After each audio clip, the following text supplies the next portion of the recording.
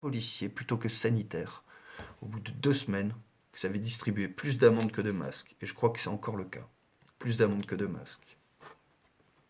Plus grave, vous avez laissé se propager ce virus. Vous avez attendu pour réagir. Et cela ne peut pas être considéré comme une faute de goût. Et une fois qu'il était bien là, seulement à ce moment-là, une fois que les premiers cas avaient bien déclaré, alors vous avez fermé les frontières et enfermé les gens chez eux. Et vous refusez encore aujourd'hui de tester toute la population. Cela pose de sérieuses questions quant à ce déconfinement, à savoir si vous, voulez une deuxième vague en fait. Vous la voulez en fait, cette deuxième vague, c'est pas possible quoi. Ce virus vous a permis de mettre les Français au pas et de bien contrôler. Je conçois que dans pareille crise sanitaire, il faille prendre de mesures strictes. Mais vous ne pouvez pas faire porter la responsabilité de vos choix politiques sur le dos de tous les Français. D'ailleurs, à ce sujet, toutes les amendes sont contestables. Le décret a été posé avant que la loi n'apparaisse dans le journal de la République. Or, une loi ne prend effet et ne peut avoir des décrets qu'une fois qu'elle est déposée dans le journal de la République. Ça se joue à un jour près, mais ils ont écrit ça comme ça, là, sur des bureaux, là, la même soirée. Et du coup, ne payez plus vos amendes, ça se conteste, il y a des modèles qui sortent sur Facebook actuellement. Votre stratégie politique est plus que douteuse. J'émets donc de sérieux doutes sur votre bonne foi dans votre façon de gérer cette crise. Nous voyons donc tous ensemble les masques de l'exécutif tomber. Votre poigne de fer derrière votre voix de velours. Vos messages se durcissent, vos visages se durcissent, se transforment. On peut même voir des barbes changer de couleur. Nous avons pu nous rendre compte que votre éloquence est bien plus à l'aise dans un discours de guerre que dans un discours démocratique et rassembleur et sécuritaire. Pendant près de 3 ans, vous avez poursuivi l'œuvre de vos prédécesseurs, parce qu'il ne faut pas les oublier cela, de mettre la France à genoux, et les corps s'en souviennent. Après tous ces scandales d'État et les multiples conflits d'intérêts des membres de votre gouvernement, vous faites l'affront au peuple de France de vous octroyer les pleins pouvoirs dans cette période de crise majeure. L'image que vous renvoyez, c'est celle de vous être retranché derrière la sécurité nationale, militaire et policière. Je crois que le plus scandaleux dans tout ça, c'est que vous continuez à faire passer des lois scélérates, alors que même le plus urgent n'a pas été fait sur le plan sanitaire. Vous serez tous là-haut responsables des morts à venir. Et vous serez tous pointés du doigt. Sans mauvais jeu de mots, vous êtes démasqués. Vous devez quitter le pouvoir. Vous devez quitter le pouvoir, d'une manière ou d'une autre. Il y a dorénavant que peu de choix possibles à cette sortie de crise politique.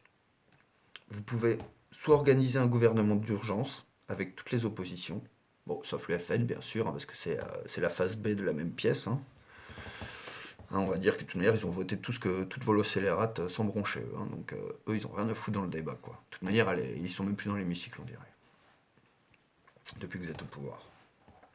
Il y a dorénavant peu de choix. Il y a la démission, il y a un gouvernement d'urgence avec l'opposition, mais dans lequel vous vous effaceriez petit à petit, c'est ce qui vous sauverait la vie, hein, clairement.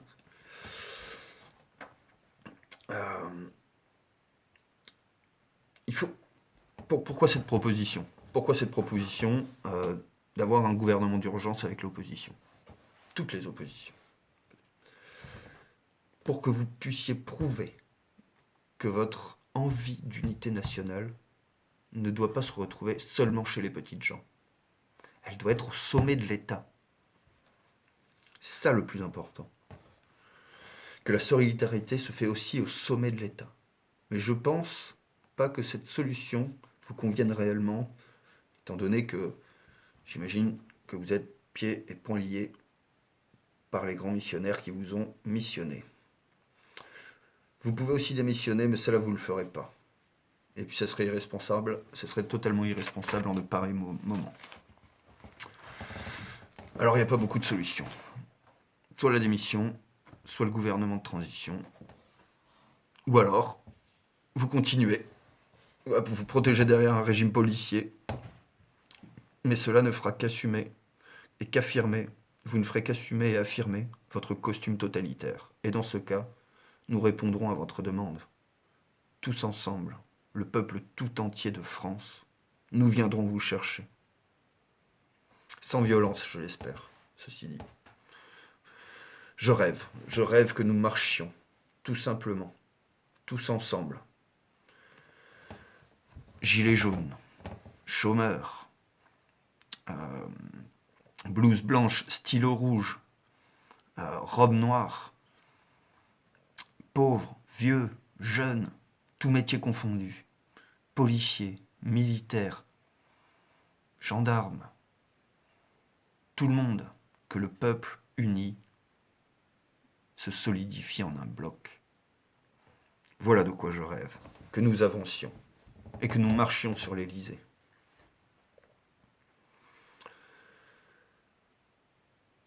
Oui, important ça. Que nous marchions tous ensemble. Donc, blouse, gilet jaune, tout ça, stylo rouge, tous ensemble, avec militaires et policiers et gendarmes à nos côtés. Car sans vous, rien ne sera possible. Car vous aussi êtes les sacrifiés de la nation. Et vous aussi avez été trahis et abandonnés par ce gouvernement. Que nous marchions tous ensemble, comme une nation unie. Tout simplement, que nous pénétrions l'Élysée, en calme, déterminés, et que l'on s'arrête à quelques mètres de nos dirigeants. Et que nous les toisions, en silence, pour qu'ils comprennent que nous ne sommes pas faits du même feu. Que nous sommes faits du feu de la vie, alors que vous ne représentez que la mort de la diversité, la mort du vivant, la mort de la joie, la mort des libertés. Pour commencer à conclure mes propos, je vais m'adresser un peu au peuple de France. Vous devez comprendre que le sort que vous réserve l'exécutif n'est pas normal. Il est plutôt irresponsable, incompétent et irrationnel. Le gouvernement joue la carte de l'erreur de gestion, alors que tout a été fait sciemment. Ils jouent la carte de l'ignorance, alors que leur place leur permet d'avoir toutes les informations nécessaires. Ils repoussent la faute sur les autres gouvernements successifs, alors que tous sont responsables. Le confinement n'est pas une fin en soi. Les tests pour la population, oui. Pour conclure, on pourrait créer une société dans laquelle il fait bon vivre et bon grandir. Et on pourrait parler de solidarité et la faire réellement prévaloir. Arrêter de financer la guerre, mais financer l'éducation et le soin, la science. Et d'ailleurs, on pourrait les sanctuariser, au lieu de supprimer du savoir dans l'enseignement. On pourrait inciter par la récompense, et non par la répression. On pourrait redonner aux agriculteurs le choix de leur prix de travail. On peut ouvrir les portes du savoir, plutôt que de débiliser tout le monde avec un ramassis d'idioties. D'ailleurs, on pourrait rendre l'outil télévisuel bien plus pédagogique. On peut se recentrer sur le vivant et reconquérir l'otium, le temps pour soi. Je vous en parlais au début. L'otium, le temps que vous avez pour vous actuellement, mais que nous n'aurons plus après. Nous pouvons dès à présent reconstruire ensemble un avenir qui donne envie, dans lequel on peut se projeter.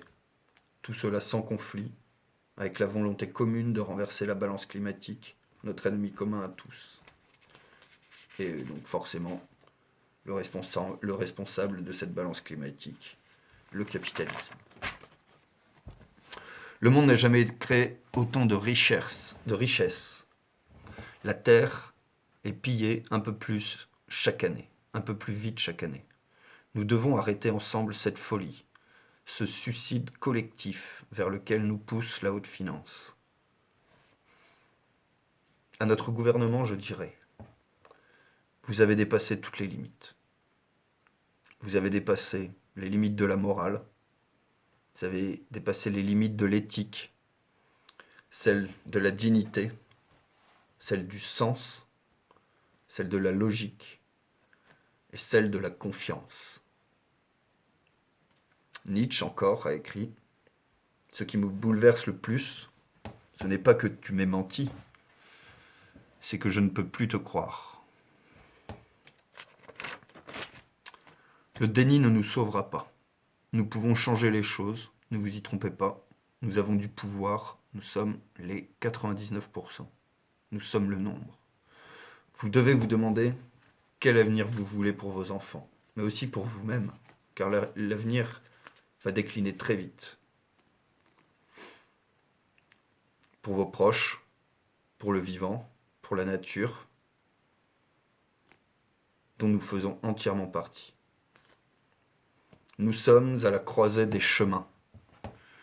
Nous sommes à un moment historique de l'humanité, en tous sens. De l'humanité au sens de l'humain, mais aussi de notre humanité. Le jour d'après se décide aujourd'hui, et il se créera dans l'action. Nous ne devons plus perdre de temps dans des conflits idéologiques inutiles. C'est de notre avenir dont il est question aujourd'hui. Et nous devons reprendre le contrôle de nos institutions, des arcanes du pouvoir. Nous devons nous battre contre le fascisme économique. Pour reprendre des termes déjà entendus durant cette crise sanitaire extrême, nous devrons le faire, quoi qu'il en coûte. Rendez-vous bien compte, peuple du monde, que vous leur donnez le pouvoir, par apathie ou par résilience. Mais il n'y a pas de résilience à avoir. Il faut juste s'armer de courage et de passion. Et face à cet élan inhumain, des personnes qui nous dirigent et qui gouvernent nos gouvernements, nous devons dresser un mur d'amour, de compassion et de bienveillance. Nous devons faire bloc face au BlackRock. Ne nous divisons plus, plus jamais. Nous avons tous un ennemi commun qui assassine sciemment notre écosystème et nos vies et nos enfants, ce qui indirectement nous tue tous. Le capital, la mondialisation, la concurrence libre et non faussée. Nous sommes des millions à désirer ce changement, peut-être même des milliards. Montrons-le. Sortons tous ensemble. Sortons le même jour. Faisons bloc.